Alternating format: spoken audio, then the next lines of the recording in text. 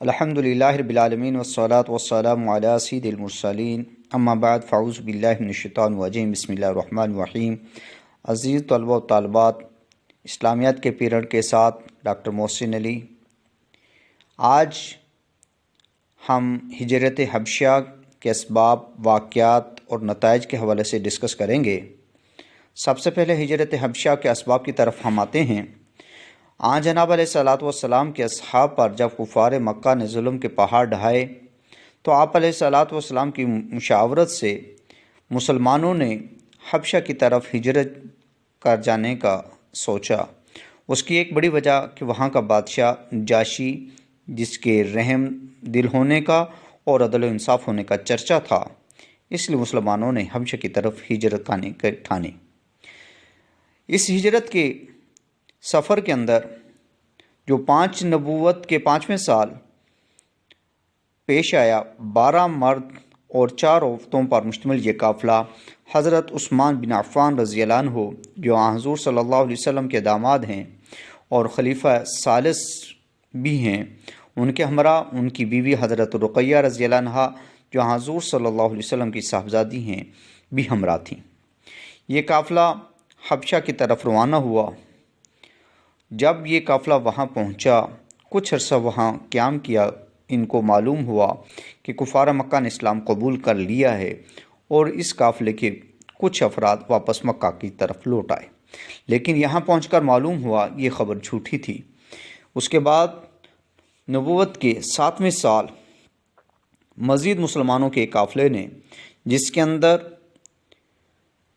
86 مرد اور 18 عورتیں تھیں، 83 مرد اور 18 عورتیں، یعنی کہ 101 افراد پر مشتمل یہ قافلہ حضرت جعفر بن طیار رضی اللہ عنہ، جو حضرت علی رضی اللہ عنہ کے بھائی ہیں اور حضرت ابو طالب کے بیٹے ہیں، حضور صلی اللہ علیہ وسلم کے چچا زاد بھائی ہیں، ہمراہی میں یہ قافلہ روانہ ہوا۔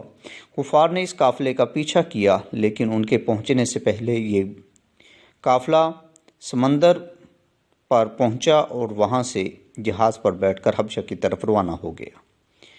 قریش مکہ نے جب یہ صورتحال دیکھی کہ مسلمان آہستہ آہستہ حبشہ کی طرف روانہ ہو رہے ہیں، کہیں وہاں پر جا کر غلبہ نہ پالیں اور ہم پر حملہ آور ہو کر فتح یاب نہ ہو جائیں، نجاشی بادشاہ کی طرف سفارت بھیجی جائے۔ چنانچہ اس کام کے لیے انہوں نے عبداللہ بن ربیعہ اور عمرو بن العاص کو منتخب کیا اور نجاشی اور اس کے درباریوں کے لیے تحائف دے کر ان کو روانہ کیا۔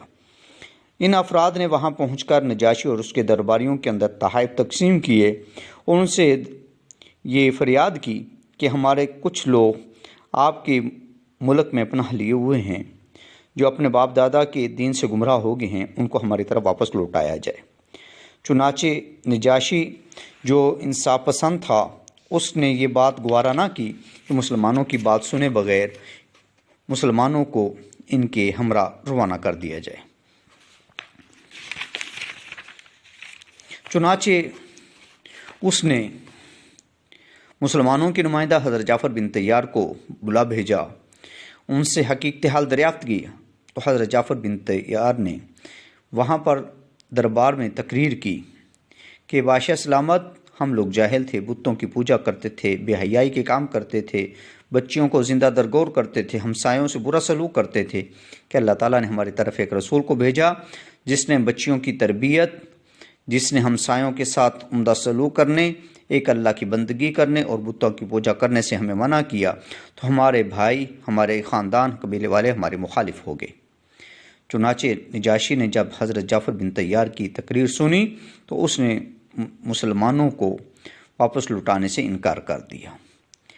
اس بنیاد پر وفد نے دیکھا کہ یہ تو ہماری سفارت ناکام جا رہی ہے۔ انہوں نے ایک اور چال چلی کہ مسلمان جو حضرت عیسیٰ علیہ السلام کو عیسائی عقیدے کے برخلاف اللہ کا بیٹا نہیں گردانتے، کیوں نہ اس حوالے سے ان سے استفسار کیا جائے۔ چنانچہ انہوں نے بادشاہ سے کہا کہ حضرت عیسیٰ علیہ السلام کے بارے میں یہ عجیب و غریب بات کرتے ہیں، تو اس بارے میں ان سے پوچھا جائے۔ حضرت جعفر بن طیار کہتے ہیں، ہمارے لیے یہ مرحلہ بہت کٹھن تھا، لیکن جب دربار میں پہنچے، حضرت جعفر بن طیار نے سورۃ مریم کی تلاوت کی۔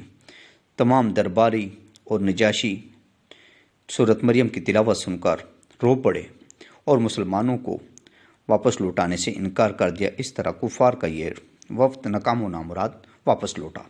اب اس ہجرت کے نتائج کیا نکلے؟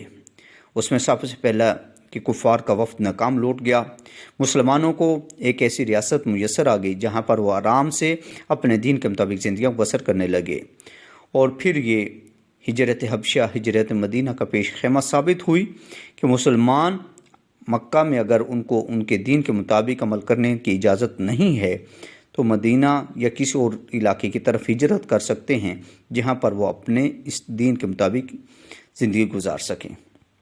اس طرح مسلمانوں کو اشاعت اسلام کے مواقع بھی میسر آئے، اور اس میں جب حضور صلی اللہ علیہ وسلم مدینہ کی طرف ہجرت کر کے تشریف لائے، اور آپ علیہ الصلوۃ والسلام نے جب بادشاہوں کی طرف خطوط لکھے، نجاشی بادشاہ کی طرف بھی خط لکھا، تو نجاشی بادشاہ نے حضرت جعفر بن طیار کے ہاتھ پر اسلام قبول کیا، مسلمان ہو گئے۔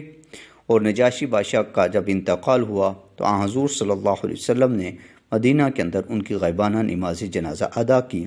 اس طرح مسلمانوں کو ہجرت حبشہ سے یہ فائدہ حاصل ہوا کہ مسلمانوں کو اپنے دین کے مطابق عمل کرنے کے لیے ایک پناہ گاہ میسر آئی، اور جس کے لیے مسلمانوں نے پھر ہجرت مدینہ کی طرف پیش قدمی کی۔ تو یہ تھا ہمارا آج کا ٹاپک، ہجرت حبشہ، اس کے اسباب، واقعات اور نتائج۔ اس حوالے سے اگر کوئی مزید سوالات ہوں تو آپ ڈسکس کر سکتے ہیں۔ السلام علیکم ورحمۃ اللہ۔